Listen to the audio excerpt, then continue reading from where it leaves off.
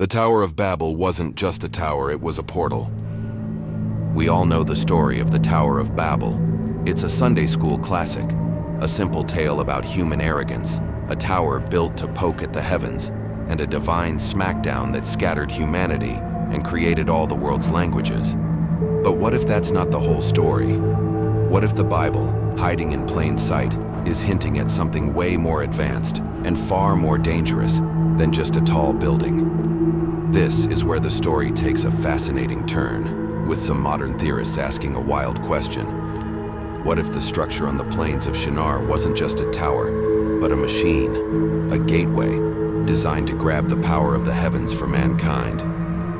And what if God's dramatic intervention wasn't about punishing pride, but about stopping a cosmic catastrophe? Section 1, the official story with unsettling questions. Let's do a quick recap of the official story from Genesis chapter 11. After the great flood, humanity was a united team. Verse 1 says, "The whole earth was of one language and of one speech." They migrate to a plain in Shinar and decide to build a city and a massive tower for a very clear reason: to make a name for themselves and to avoid being scattered abroad upon the face of the whole earth. This is where the traditional interpretation kicks in. Their goal is seen as pure hubris.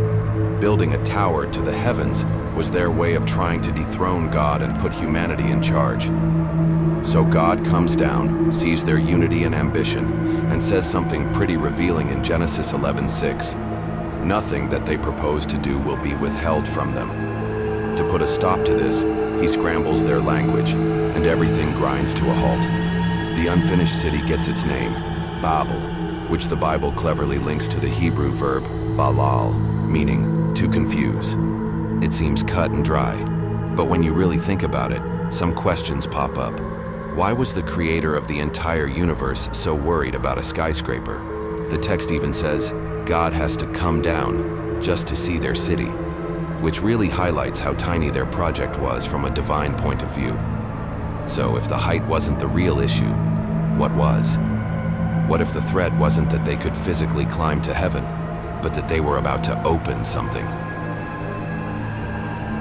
Section 2, the crack in the facade, linguistic clues. The first clue that we might be looking at more than a simple story about pride is right there in the name. While the Hebrew text makes a great pun about confusion, the city's actual name in its native Akkadian, Babilim, meant something completely different. Gate of God, not the Tower of Arrogance, but the Gate of God. That's a pretty significant detail. A name like that points to a function, a purpose. What if they weren't just trying to reach God, but to build a designated entry point? Then you have that curious phrase, "Let us make a name for ourselves." The Hebrew word here is asterisk, Shem asterisk. Sure, it can mean a name or reputation, but in ancient texts, Shem could also imply something much deeper, an essence, an authority, or even a tangible power. Some researchers have pointed out a chilling link to Genesis 6, which describes the Nephilim as mighty men who were of old, men of renown, Shem. It's speculative, but were the builders of Babel, led by the figure tradition calls Nimrod, trying to grab the same kind of power for themselves? Some traditions even claim Nimrod's name itself means, "let us rebel." While scholars debate this etymology, it shows a long-held view of him as a king who wanted to turn humanity away from God. So you have a rebel king at a place called the Gate of God, leading a project to make a Shem. This might have been more than just building a skyscraper. It could have been a declaration of cosmic intent.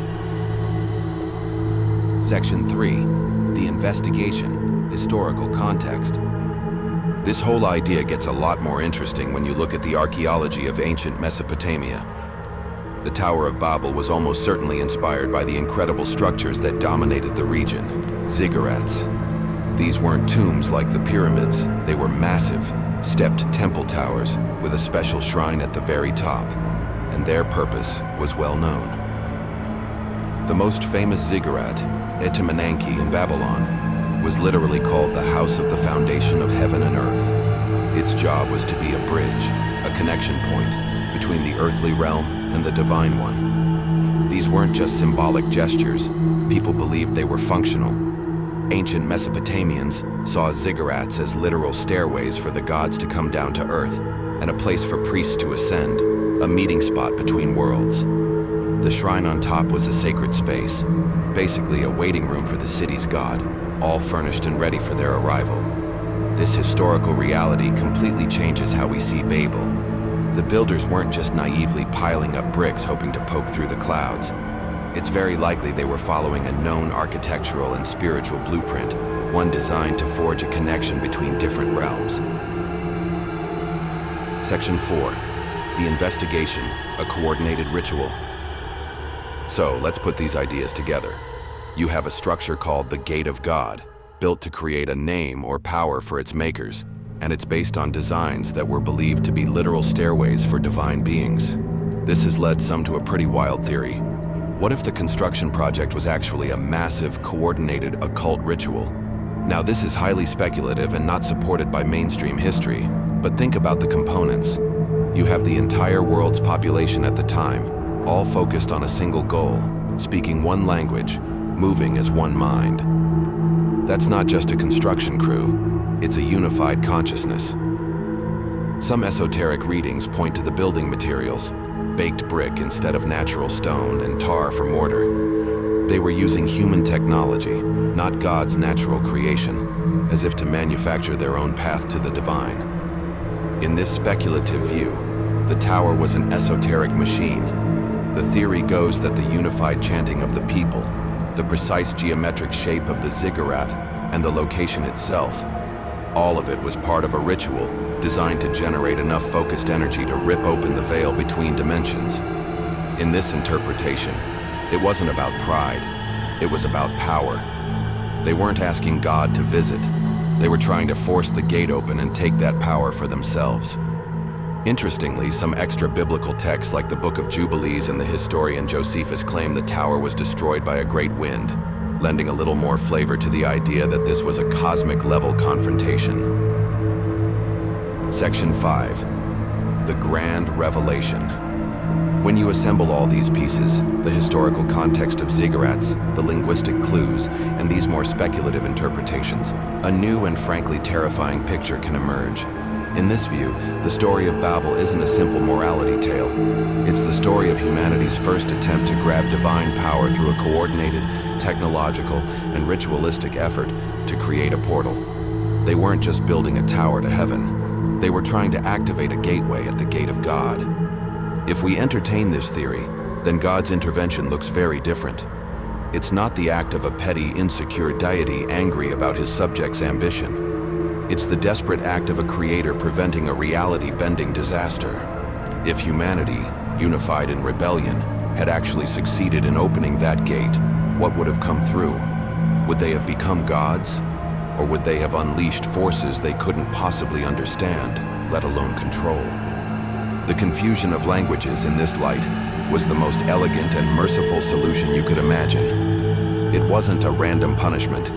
It was a surgical strike against the one thing making the whole ritual possible, their perfect unity and communication. By shattering their single language, God didn't just stop the construction, he dismantled the engine of the ritual. The scattering of humanity wasn't just a penalty, it was a quarantine, making sure that such a unified, focused rebellion could never happen again.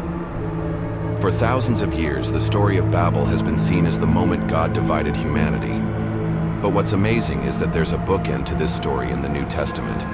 At Babel, human unity and one language were used to try and force a way into heaven, which only led to confusion and scattering. But at Pentecost, in the book of Acts, the followers of Christ are gathered, and the Holy Spirit comes down. It doesn't give them one new language. Instead, it gives them the ability to speak in all languages, so that every person from every scattered nation could hear the message of God in their own tongue. At Pentecost, God reverses the curse of Babel. He doesn't erase the diversity he created. He redeems it. Unity is restored, not by humans trying to seize power from above, but by a divine gift descending from heaven. One was a human-led effort to force a portal open. The other was a divine gift that opened hearts. So what do you think? Was Babel just a story about pride, or was it an act of cosmic preservation to save humanity from a power it was not ready for? Let me know your theories in the comments below.